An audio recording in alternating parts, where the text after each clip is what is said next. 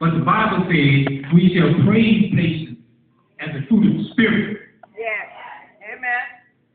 Colossians 1, chapter 1, verse 11 tells us that we are strengthened by him to great endurance and patience. So James is saying that we are to let patience, not passion, be set in work for us. Because sometimes we want to get even with someone, who has done us something or said something. They said something about us that we didn't like. But whatever is said or done to us, let patience have the doing and saying of it. Say that. Say that. Amen. Let us not allow the indulging of our passion to hinder the operations and effects of patience. All right. Say that. Leave it alone. And it will work wonders in our time of trouble. Say that. So well. Does not matter if it's one trial or 10 trials. Continue to be patient until this work is perfected. Say that. Let's talk about blessed. James chapter 12 says, "Blessed is the man who endures temptation. But when he has been approved, he will receive the crown of life, which the Lord has promised to those that love him." Temptation is defined as a desire to do something, especially something wrong or unwise. No temptation has overtaken you that is not common to man. Most of our temptations aimed at where we are weakest. Our profound, pathological, fallen selfishness. In Matthew 4, the devil tried to tempt Jesus after he had fasted for 40 days and 40 nights. The devil said to Jesus, "If you are the Son of God, command these rocks to turn to bread." Jesus said, "Man does not live on bread alone, but by every word that proceeds from the mouth of God." So if you are tempted, let it be by God. For God cannot be tempted by you. You know, sometimes we as men find it hard to have patience, and that lack of patience can keep us from coming home to God. Yeah. But our God designed us, and he built us for that. And we as strong men have to fight to become who God made us to be. So don't just fight like a man. Fight like a man of God. Steadfast in his word. Have faith. Endure temptation.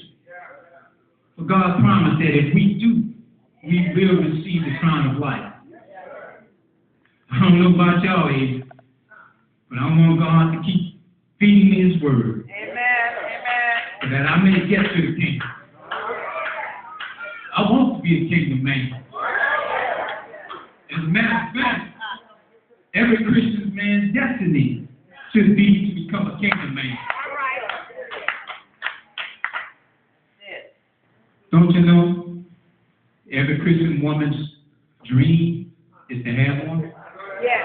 Amen. Yes.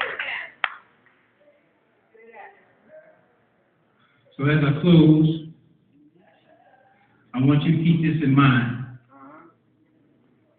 If we Christian men stand steadfast in his word, God will bless us. Yes, he will. And if we don't give up when our faith is being tested, Don't give up. That's it. he will reward us with a glorious life, Amen. just as he rewards everyone who loves him. Thank you.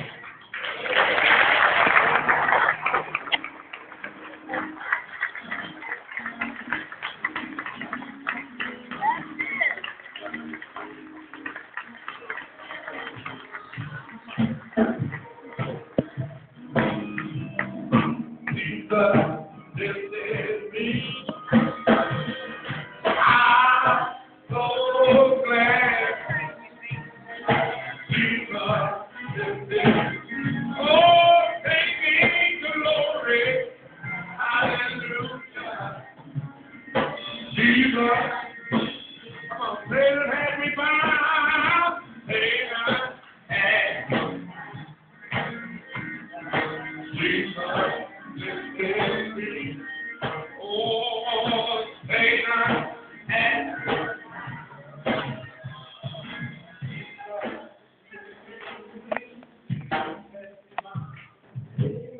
well, but Mason told us what it takes to be a godly man. Now the doors to the Ancient Baptist Church are open.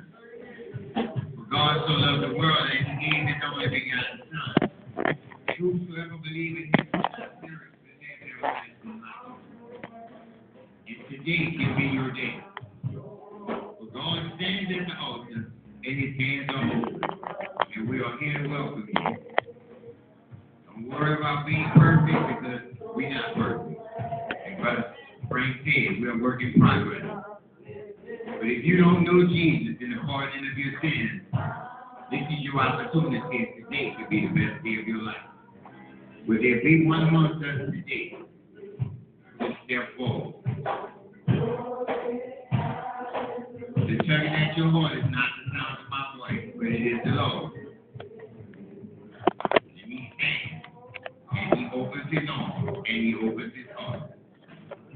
All you have to do is take the walk. Will there be one today? Okay.